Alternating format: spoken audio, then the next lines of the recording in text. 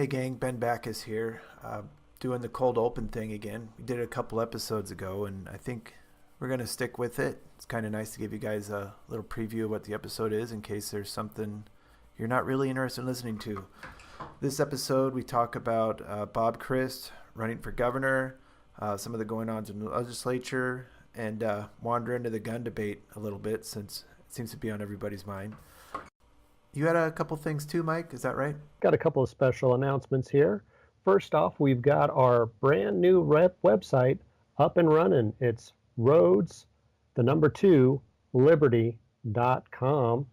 You'll be able to find all of our podcasts and videos archived there, plus a way to send us messages, and be updating it with some new items here over the next month or so. But check us out again. That's roads, the number 2, liberty.com. And also, Roads to Liberty is proudly sponsored by the Omaha Unconvention. May 25th through 27th, come see Ron Paul, Senator Laura Epke, Larry Sharp, and many more. For more information, visit www.omahaunconvention.com. And if you use the coupon code ROADS, you'll get 20% off your ticket. Hope to see you there.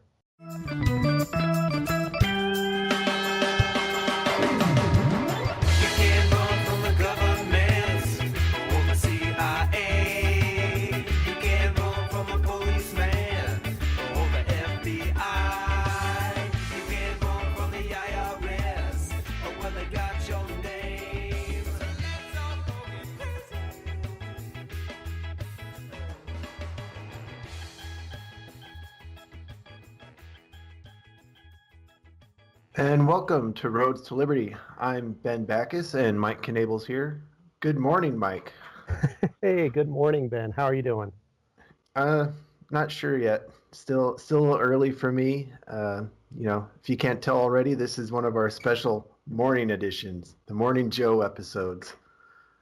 It's early for you. It's late for me. I just got home from work and had to drive on those lovely icy roads once again. So my roads to Liberty were a bit snow-packed and slow this morning.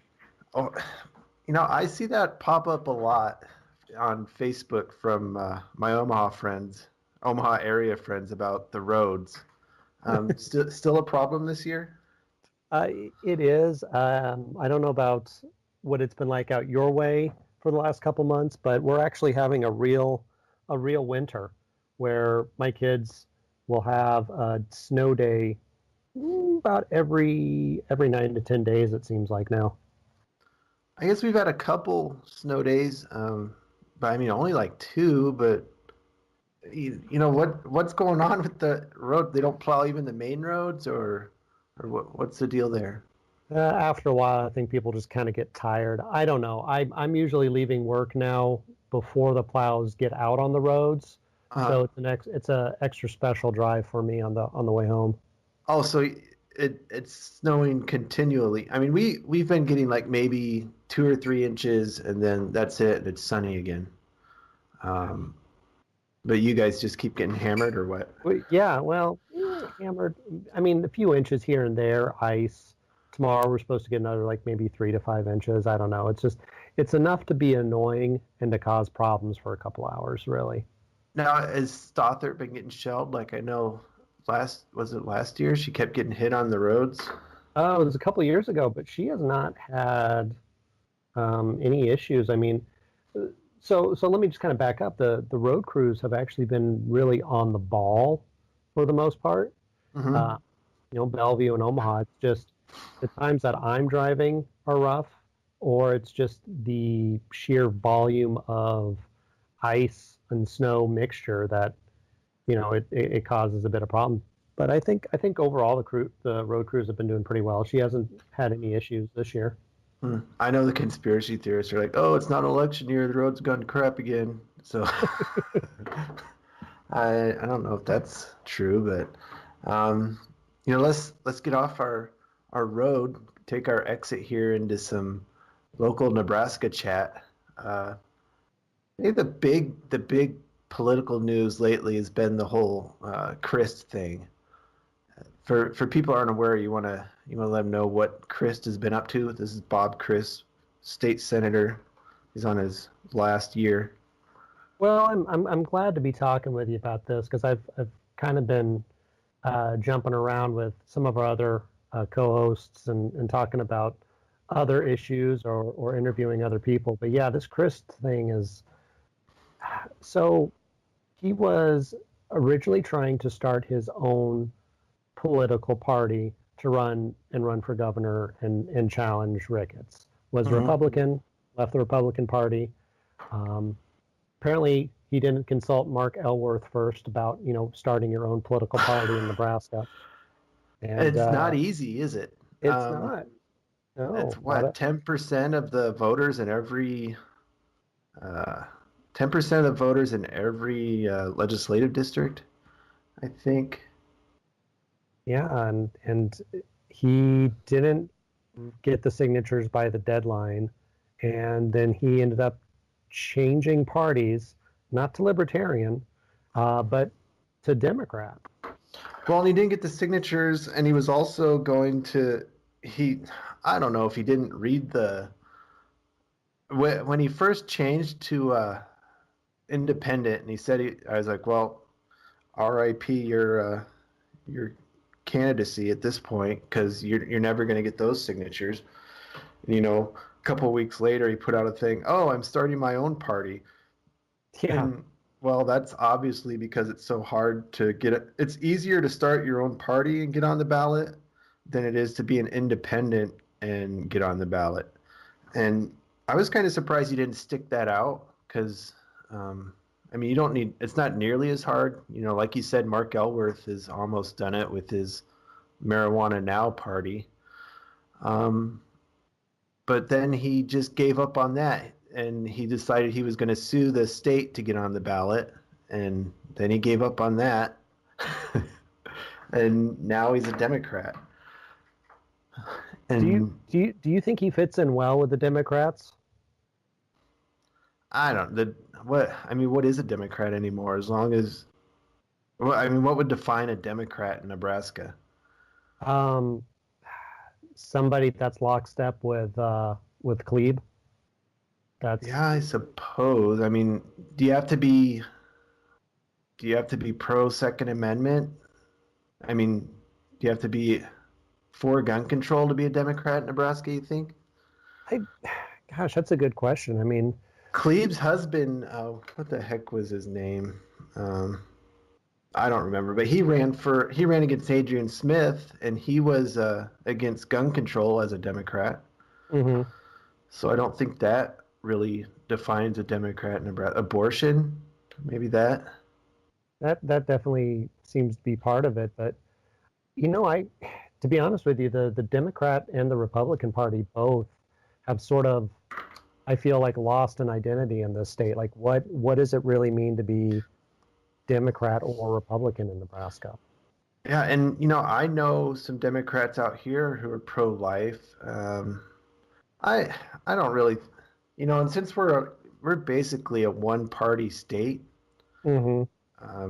So if you're a Democrat or you're left-leaning and you want to get elected, you're not going to run as a Democrat. You're gonna sneak in there and get on the GOP ballot probably. Yeah.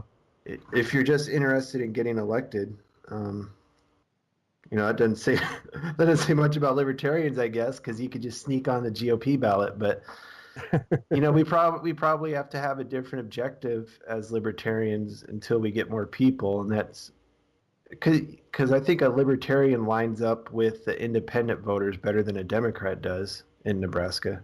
Wouldn't you say? I would agree with you on that. Yeah, I don't know what defines a Democrat or Republican in this state, because there's maybe the death penalty. But even that, that was something that you had a fair amount of support, I think, on the Republican side. There was a lot of liberty Republicans that were against the death penalty too.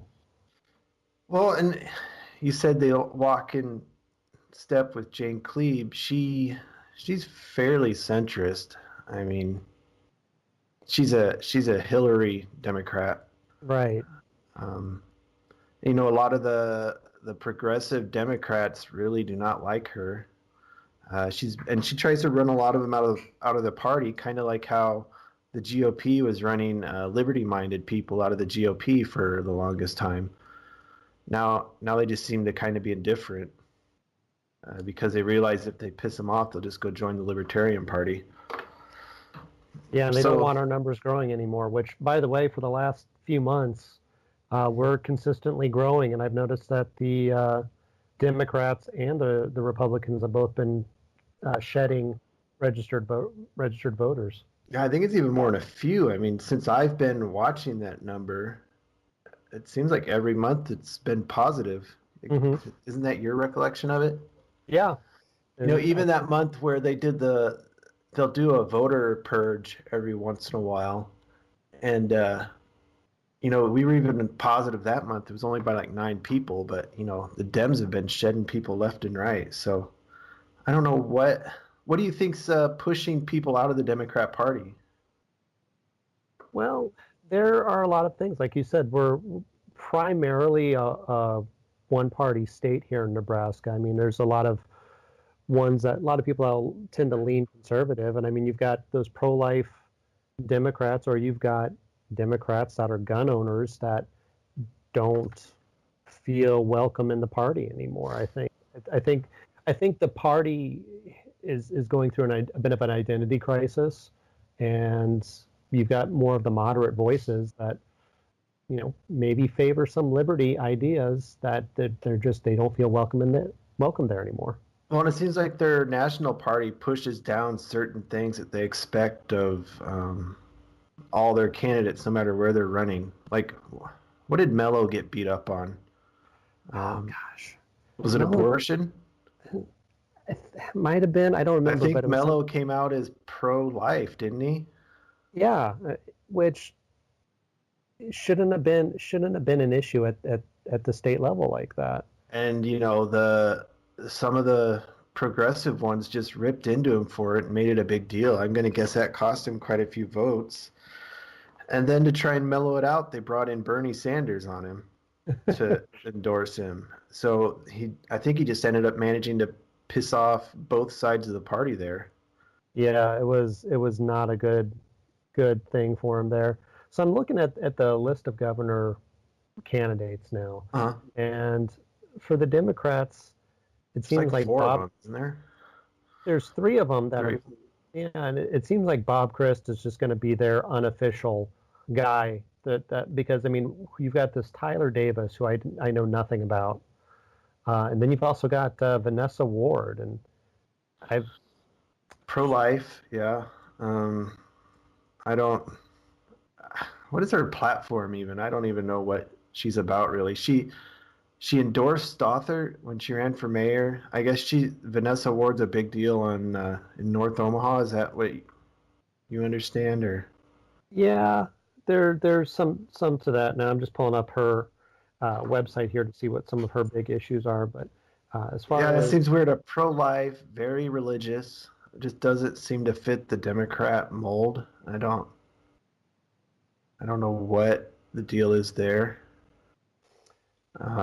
Might be one of those people that, has been in the Democrat Party because, they say they're the party of minorities. Mm-hmm. She definitely could be a Republican. I don't think what I saw from her website when I went there the one time, she's not libertarian. She's kind of a big government type. Right. And she can be Republican on some issues here, it looks like. When you look at the names here, and I'm at a loss as far as, out of these 5 names, who is the Liberty? The Liberty can. I honestly don't see one that's going to be super friendly. I mean, I think maybe Crist would work with us on some things, but you've got, Ricketts, obviously. Yeah. Like I said, this Tyler Davis, who I know nothing about. Yeah, he's the one that's suing. He's asking the Secretary of State to kick Crist off the ballot too. Oh, that's right. We were gonna mention that, because if he could get Crist. Now, no, you want to kind of fill people in on what we're talking about here? Right. So, if you want to run for a political party, say you're a Republican, and you wanted to run as a Democrat, you need to change your affiliation by December 1st, right? Right. But Crist changed after December 1st. But here's the deal, the language says change your party. So if you're independent, they don't consider it a party. And I guess you can just change your party affiliation up to right before you file. Mm-hmm. So what's your opinion on that? Gosh, it certainly seemed like they've got a bit of like that would be a bit of a case against Chris. Like, I would consider it to still be changing party affiliation. Like, I mean, independent, even though there's no independent party. I mean, you're still not registered as a Democrat. So I don't see how you can make that change after that date. I don't think it should be. I think they need to follow the same guidelines as people with the party if you're Right. nonpartisan. It seems like then you could just, it seems like you're getting an unfair advantage as a nonpartisan, but if you're going to switch to another party, because you could just sit on the side and wait and see who's running for what until the very last moment, and then you're catching a party off guards if you're a total goober, you know what I mean? Because then what if you're some crazy, I don't know what, it seems like pedophiles are the popular bad guy lately.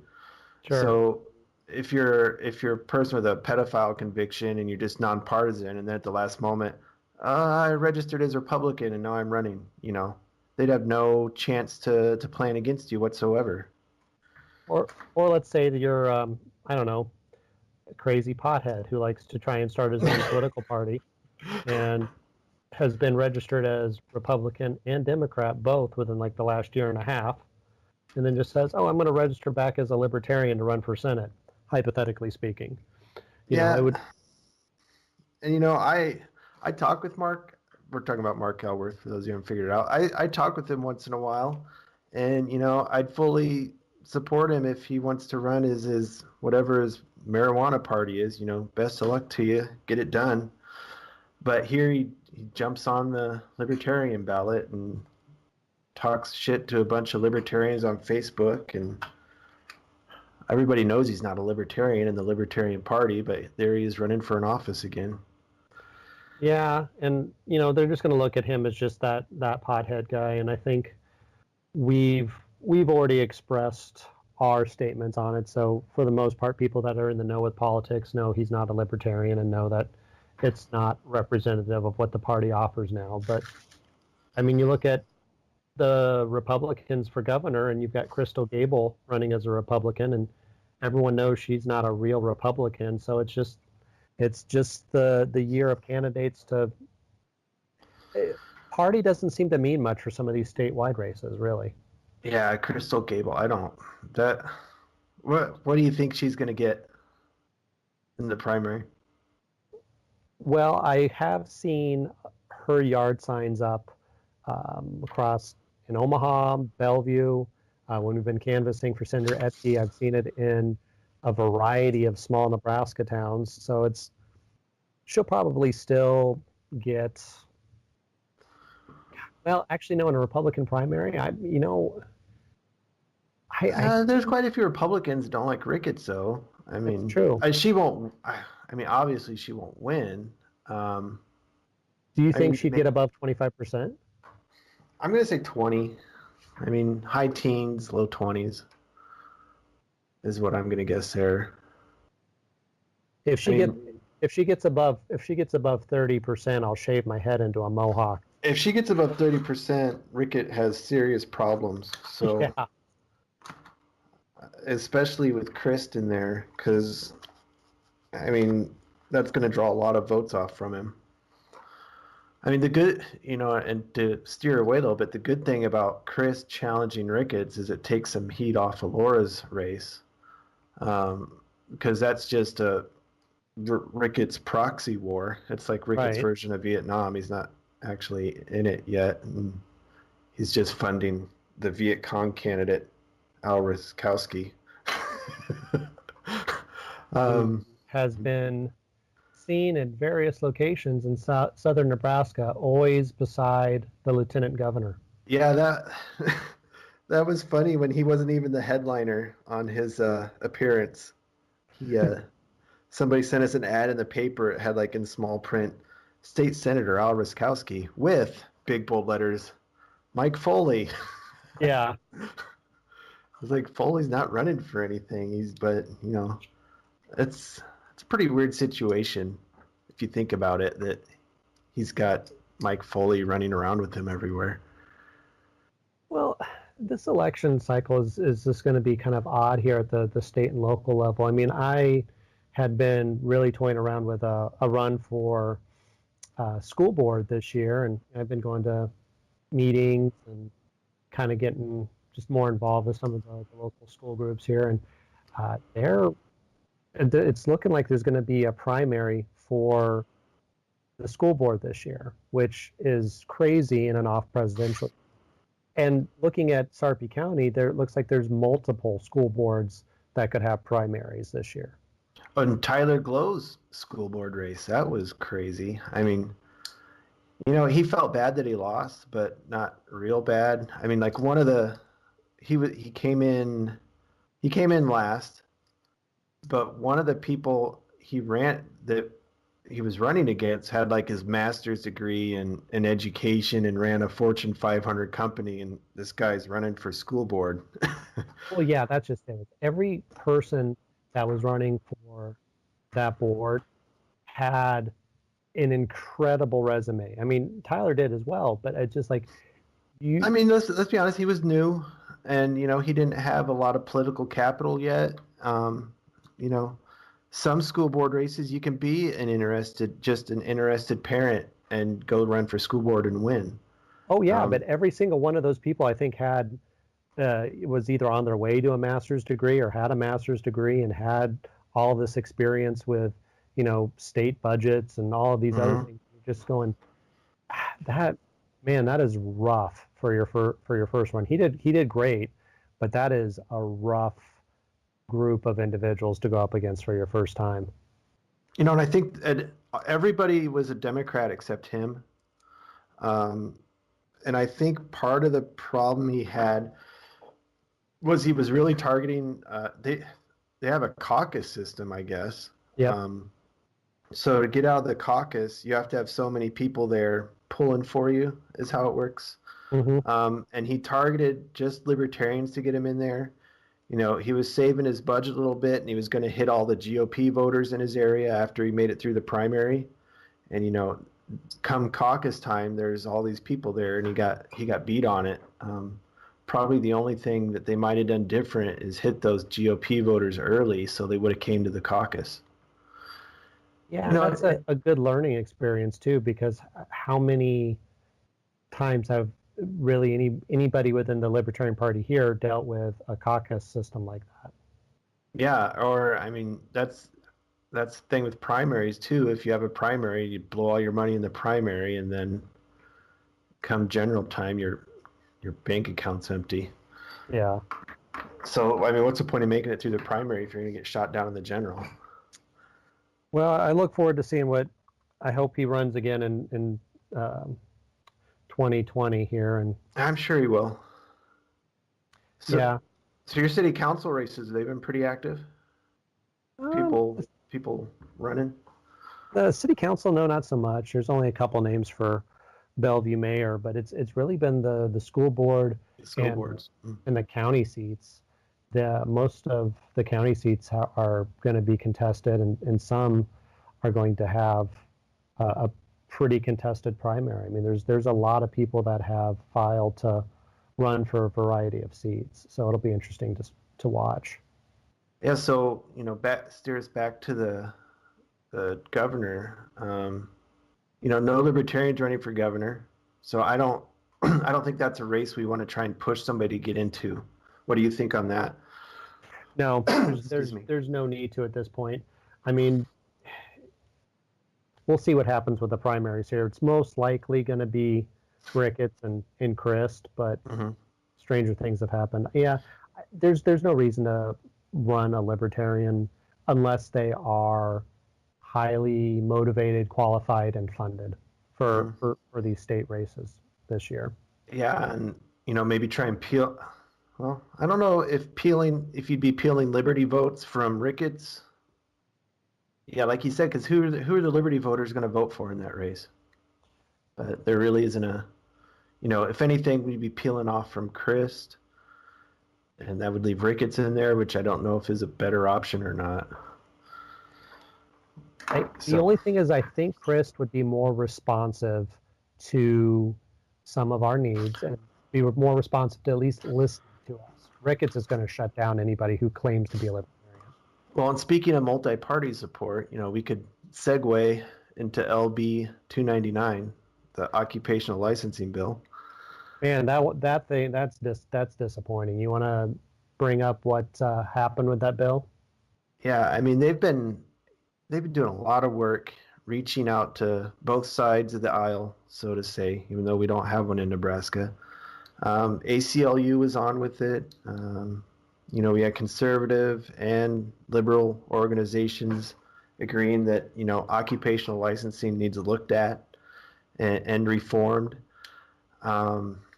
Just a lot of work over the last couple of months of Plaid Institute was in on it, conservative group there working on it. We could call them a conservative group pretty easy.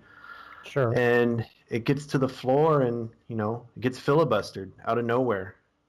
I asked them about it. I was like, man, did you guys see this coming? And they're like, no, it hit us at the last moment. Senator Crawford filibustered it. And again, I'm going to have to apologize to our Nebraska listeners here. It's another senator from Bellevue. Damn it, Bellevue. Get your shit together over there. What is with that place? There's a lot of good, liberty-minded, sort of right-leaning, moderate, whatever you want to call it here. But for whatever reason, this last couple elections, we get Senator Blood and Crawford in there. Well, Blood was for it, right? She was. I don't know. I think Crawford got hit by lobbyists. Like the Democratic version of Trump in my mind, because Just she can be over. occasionally right on something. One week we're talking about how she sucks, and the next week we're like, hey, good bill, Senator Blood. So, and Crawford shot it down and here's a really dumb reason. She was like, well, I'm hearing from a lot of state employees that it's going to make a lot of extra work for them, and they're not going to be able to handle it all.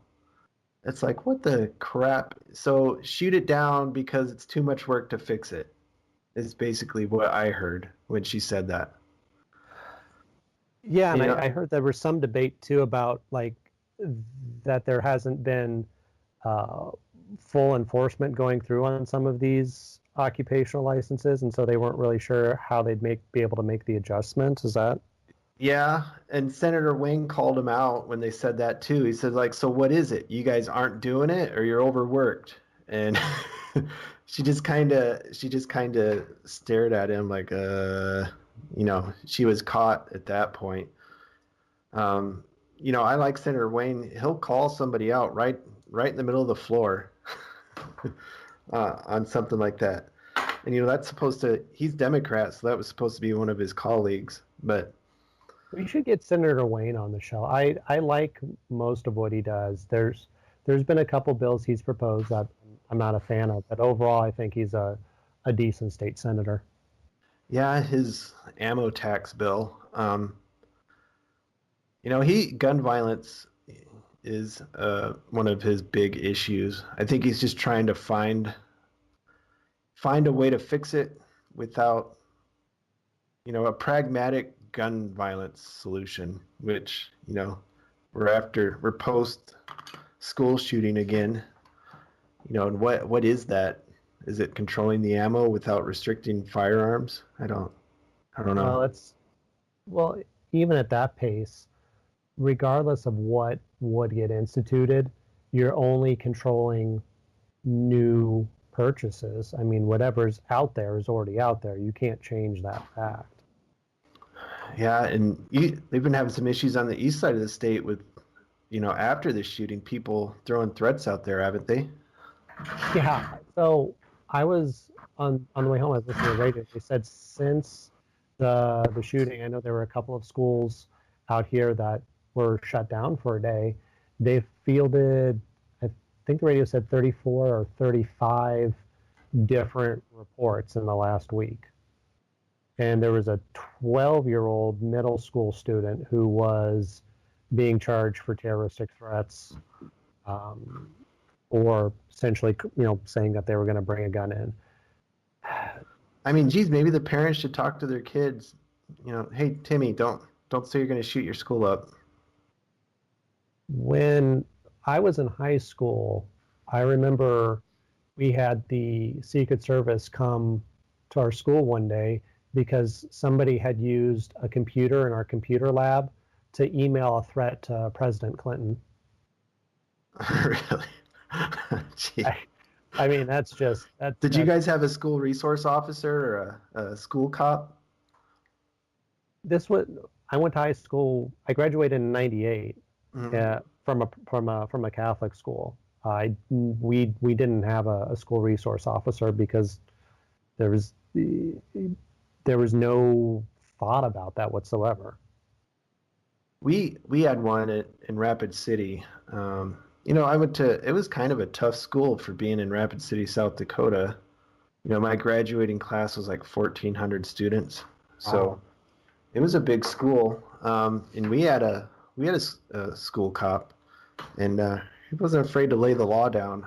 He was a 6'8" former college football player, big dude named Zeus. And this guy, if there was two students fighting in the hallway, you remember the WWF star Goldberg, and he'd do that spear? Yes. Man, this guy would spear those students and fight over at that point. And it discouraged a lot of stuff having a big burly dude named Zeus on the school campus to regulate people. So I'm probably pro school cop at this point, just from if you're going to have to go to a state school, maybe the state could actually protect you. Well, that's definitely it. So my daughter goes to a grade school here, and it's a public school, and I know that yesterday they had a snow day here, but yesterday they were supposed to actually have an active shooter drill there, and she was pretty upset by the fact that they were talking about that in school. And I just said, look, we've had conversations about risk and some of the decisions you have to make, fighting versus flight versus hiding and all of these things. And we talked a little bit about it, and I just know I'm going to get called in at one of these days to the school, because she said that she was telling her friends and talking to her class. She said, well, I wish that my dad would be here if there was ever a bad guy, because if the police going to get here, my dad's got a handgun and he could shoot the bad guy. Teacher's writing your name down in her desk. I know. Put this name on the wrong list. with what you said, but let's temper it down a little bit. Somebody posted on my Facebook, they went to the doctor and they asked them if they had a weapon in the house. Yeah, they do that. Well, so some of the things that have been, or the responses that I've been seeing here this last week, is that we've got State Senator Steve Halloran, who is trying to create something so that teachers and administrators would be able to conceal carry weapons at school. Sure, why not? What do you think of that? I don't see why not. I don't see any downside to that. So if a teacher or an administrator who already has their concealed carry, who's already gone through the proper training, I would be okay with that. That's where I hear a lot of the people on the left complaining about this is they think that the state has to pay for this training. Was this just clickbait I saw, or did Trump say he wanted to get rid of gun-free zones? I believe he said that. Look, whatever you ask, did Trump say this? Most likely it's yes. Well, because last week he's banning bump stocks, and now this week he's wanting to get rid of gun-free zones. I don't. Oh, and he said about raising the age to purchase long rifles to 21.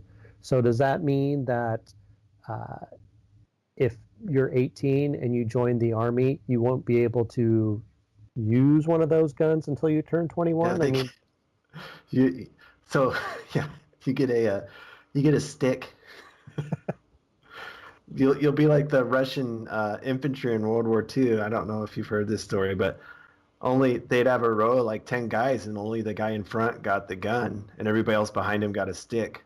So, as the guy in front got shot, the guy behind him would pick it up. yeah, I did hear that. And then there was one Russian. He said, as soon as they started heading out, he was behind the guy at the gun with the stick, and he beat the guy with the gun to death and took it. It's like Russians, geez. No wonder so many died in World War II. But anyways, yeah, I don't have a problem with weapons on teachers, and 21 for a long rifle age. That's just ridiculous. I don't. Why? I don't even understand what that would do. Well, so you've got Senator Halloran who's wanting to do that with some teachers and administrators, which again I'm okay with if they've already got their concealed carry. I don't see an issue there. But then you've got Lincoln City Council that had been discussing. Oh my gosh, I forgot about that. Because how stupid. So I grew up like there's nothing else wrong in Lincoln that they're going to address. And on city council, I understand how much time something like this would take up. Lawyer fees, you're going to have 2 or 3 committee meetings, just dumb. There's nothing else in Lincoln they need to be working on, honestly. Well, and you've told me on city council that there's been long discussions about dog poop in parks. I can't even imagine trying to talk about bump stock. We had a half-hour discussion about dog poop in parks. So, I'm seeing at least 3 committee meetings of an hour long for a bump stock. I see Lincoln Journal. Yeah, go ahead. Lincoln has a very low homicide and very low assault rate. I mean, I don't see that as doing anything to cut those numbers down anymore. Are they just virtue signaling to their voter base, like they're up for election or something? You know what I mean? Essentially. Yeah, and we've talked. I don't know if we talked about it on here, just on other stuff. What would be the most libertarian things I could try and do? What might be my libertarian virtue signaling on city council? And I don't know. Should I, if the Lincoln thing keeps getting the news, should I propose something on this end of the state to counter it? What would I propose? You could propose that all schools will no longer be gun-free zones. Yeah, that'd be. I don't know if that's federal or not. How about I propose we have a city ordinance that we can't pass anything that conflicts with the Constitution. But I guess bump stocks is bump stocks under the right to bear arms? I had thought this was something that they said that they could not rule against. I thought this was something that was not going to be constitutionally be able to be outlawed, but I don't know. Who knows at this point what's going to go on? As somebody that is a responsible gun owner, I grew up around guns, and I teach my kids to be respectful and not touch the gun or anything like that. It's just the tides seem to be changing, man. I'm not really even sure what to think anymore with something as reasonable as saying that people should be able, if they're trained, you should be able to carry a gun in a school or in a mall or any of these other locations. I mean, Omaha, we just had the 10-year anniversary of the shooting in the Von Maur part of the West Roads Mall here. Mm-hmm. That was, I don't know if you remember that, but it was a guy came in and killed 5 people in Von Maur and shot some others and then killed himself. Gun-free zone, right? Yeah, it was over, Christmas shoppers in Von Mar. That made the national news for a little bit, but yeah, so we've had one of those public mass shootings in Omaha. Well, here's the thing, when you got a concealed carry, and which I went and I got mine, and when you take the course, you're like, look at the signs everywhere you go and see where they say, no guns allowed, and dang, you can't carry hardly anywhere. And the thing is, you're like, well, just carry it in there. Who cares? I mean, if you get caught though, and they make a stink about it, you lose your concealed carry permit. So I want to do a local business shout out here for just a moment. On that note, a buddy of mine started a garage out here. It's called the DIY Garage in Bellevue, and it's just off of Fort Crook. And he's got a sign that he displays and says, concealed carry, welcome here. Basically, it's like, if you're a gun owner and you have it on you, yeah, you can come into my shop. Yeah, maybe Trump's onto something there. Just get rid of gun-free zones. And dang it, you can't infringe on private property rights though. So I guess if you're a private business and you don't want weapons in your store, that's your right, isn't it? Can I go to? So I'm confused. Am I going to be able to go to a liberal cake shop and have them bake me a cake in the shape of a gun? I think that might trigger them. What was the decision on that thing? Weren't the Christian bakers in the right? Isn't that what they finally decided? Legally they were in the right, but socially, if you watch any late night talk show or anything, they were in the wrong. And from a Christian perspective, that's kind of a dick move, even if you ask me about it. I mean, I don't know. Well, I don't see how baking a cake for somebody. I mean, if you were nice about it, that you didn't want to bake it, but I don't know. Well, kind of getting back to some of these proposed laws here or these proposed ideas for Nebraska schools. And I just want to throw this question out there. You make the guns illegal. So that just goes on to the new purchases. You've still got all these other guns out there. The only way to get rid of any of these other semi-automatic ones is to go through confiscation. Say you even do that.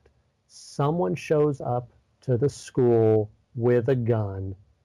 How do you stop that? You can't just simply go, oh, well, we've taken away the guns, we've solved the problem. Someone still has a gun and is trying to do harm. What is the appropriate way to stop them? Is it the resource officers? Hopefully not like this guy in Florida. I was going to say, Florida. Well, apparently not. If you got some chicken shit like the guy in Florida, what the hell? And that's an appropriate use of that word chicken shit, because he stayed outside, what did they say, for 4 minutes while the shooting was going on for 6 minutes, which means if he would have gotten in there sooner, other people would not have died.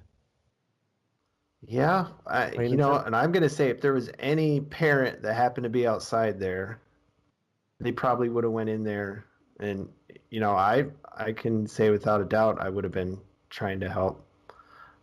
Maybe that's just the type of person that I am, but and it's shown again and again. One person throwing a wrench in the machine for these people when they're doing their shooting saves a lot of lives. Sometimes it even stops it. It's very true. I like the way my school's, my daughter's school is set up, because you have to buzz in order to be able to go in through the front door. That's the way all ours are out here. Is that? Oh, really? Okay. I just figured it was a statewide thing, but I wonder if there's still schools out there where I don't know that they just changed recently too within the last 3 or 4 years. They're old school. The office was in the back of the building, so you walked through practically half the school before you got to the office. It was not an ideal setup. That's probably a problem in a lot of these smaller towns that can't afford a new school with a controlled entry point. So, yeah, that's a very good starting point. Trying to curb some of this is just limiting who comes into the school and just making it as secure as possible. But unfortunately, with the situation in Florida, he had gone to the school, so he knew how to get in, and he knew pulled how. the fire alarm. He knew everybody would funnel out through certain areas when he pulled the fire alarm. Yeah. So he walked into the school. Well, how did he get in then? Because they knew he was. They just saw a kid showed up and like, oh, it's a kid, let him in. I guess I don't know how he got in, but He wasn't. I mean, he was 19 years old. It wasn't like he was. I mean, surely there's a lot of 19-year-olds that could pass for students. I'm gonna bet there was a breakdown there somewhere. It sounds like there was a lot of breakdowns from the FBI to the sheriffs. I mean, there was a ton of breakdowns, but that just goes to show, okay, if there's systematic breakdowns, More system. at some point you've got to allow people the ability to protect themselves and to protect others. And so, as crazy as it may sound, maybe allowing certain people to carry guns in schools makes sense. Yeah, or like I said, turn them into prisons. It's either that or, I mean, the freedom option is to allow people to carry weapons in school, teachers and administration. The other option is to, everybody gets a pat down and a metal scan when they go in the door, which is the not freedom option. Right. So, or say just secure entries. I mean, I don't know if I just as a parent with somebody that's going to a public grade school and knowing that those can be targets at times, I would feel a lot more comfortable knowing that there were people there that had the ability to stop it should somebody bad come into the school. I don't want their only option to be hiding in a dark room and locking the door. I want there to be somebody else there who's capable of fighting back. Yeah, and somebody's going to probably say, I'm sure there's schools that allow it already, right? Yeah.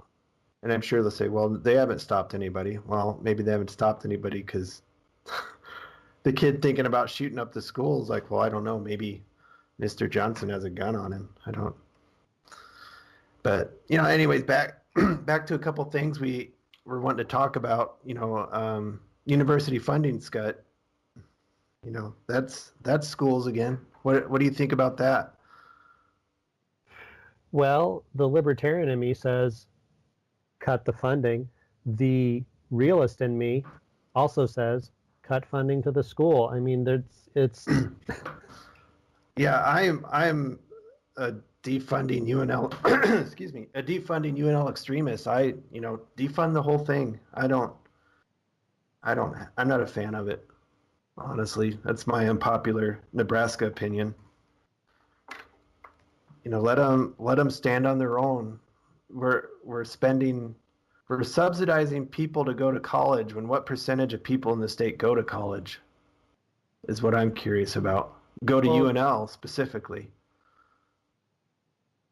Well, and I will say that, yeah, I did go to UNL here, but as far as the subsidizing some of those classes, look, I fully indulged in my liberal arts degree for a while, and I took classes like history of jazz and rock climbing and bowling, and I mean, come on, should any of that really be at a taxpayer-funded state college? Yeah, what they say after the funding cuts? Like, well, we're getting rid of our geography program. It's like, what? I mean, who's getting geography degrees? What is that? In a world of Google Maps, who needs a geography degree? Yeah, and then it said when you look at the description, it's turned more into like a political studies degree of countries around the world. Well, slide that into a political science degree then. It's a degree that's been made obsolete by the internet. Sorry. There are so many degrees that are being made obsolete by the internet.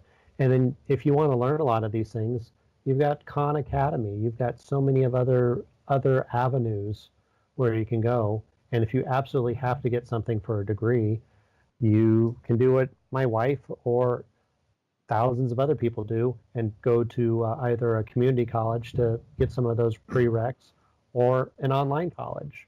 Well, and it And seems like I've heard people comment that the colleges are turning into 5-star resorts anymore. They are. Did you stay in the dorms when you went to college? No, never. I would never have done that because they were still it was kind of in that transition period. They were still kind of the crappy just cell block dorm rooms.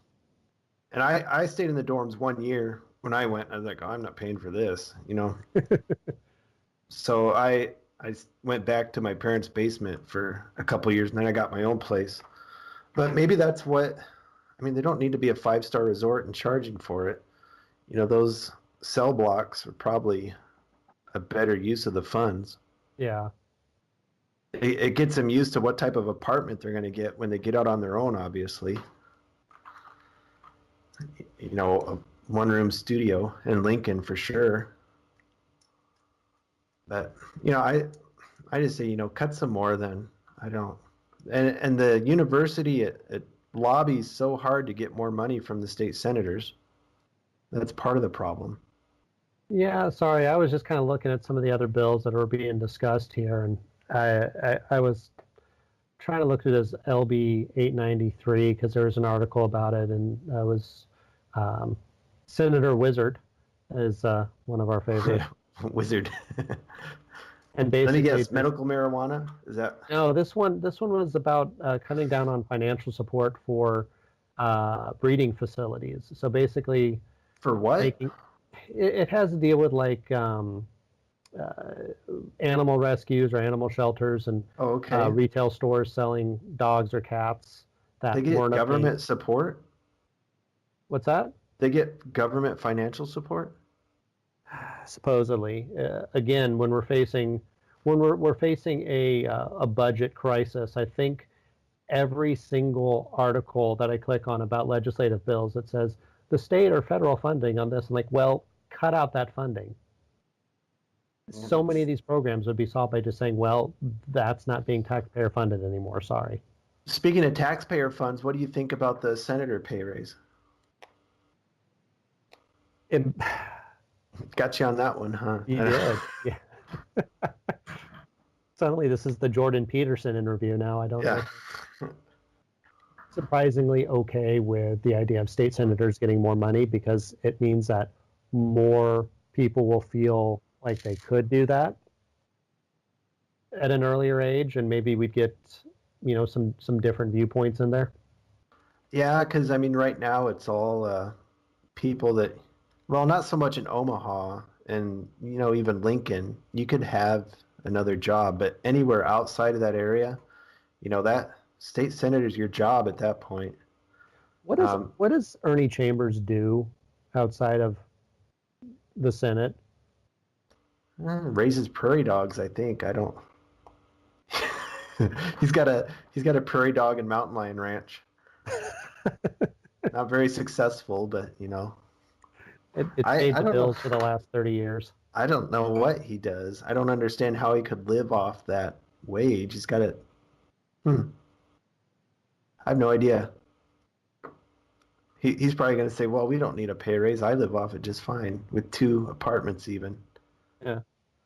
Well, rent's cheaper in Bellevue, I guess. I guess I'm for it too. If you hadn't guessed already, which sounds weird saying we want to spend more taxpayer money. But you want good representation, don't you? Yeah, and I think that's a basic function of the government.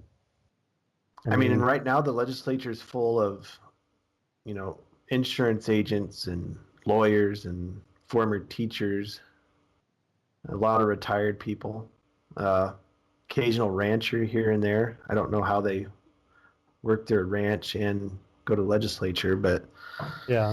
Be nice to get a couple average Joes and Jills thrown in there, wouldn't it? I agree. Well, let's see what happens here over the next couple of weeks with this legislative session. We'll try and do these updates a bit more. I think we've covered a bit, but Yeah, we got a lot talked about because we don't get these out as regularly as we'd like. You know, it's hard to get our schedules to match up, but thanks to our listeners for sticking in there with us.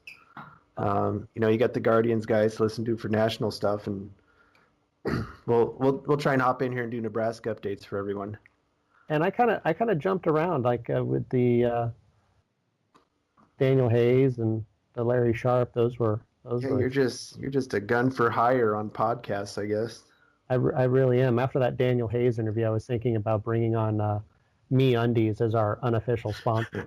Have microphone will travel. Did you get a new mic then? You sound a lot better. I did get a new mic. Yeah, I just need to get a new internet connection. Yeah, so I'm sure the listeners will thank you for that. So, all right. Indeed. Well, Ben, I appreciate you waking up for the podcast this morning. Yeah. Thanks for staying up for the podcast. Not a problem. I'm going to go have my dinner and then go to bed. All right.